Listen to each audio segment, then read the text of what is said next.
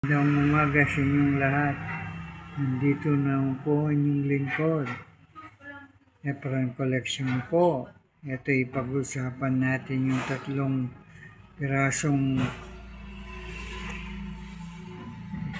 piraso po yan. Ayan po. 50 pence, tatlong piraso po yan. Ayan po. May presyo rin po itong mga ganito. 50 pence na tatlong piraso. Palagi ko po sinasabi sa inyo.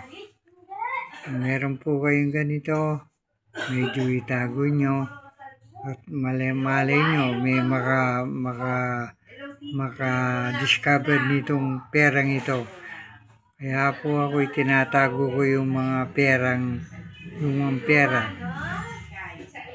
Sana po palagi kayong manood sa Efren Collection. Maraming pong salamat sa inyong panonood.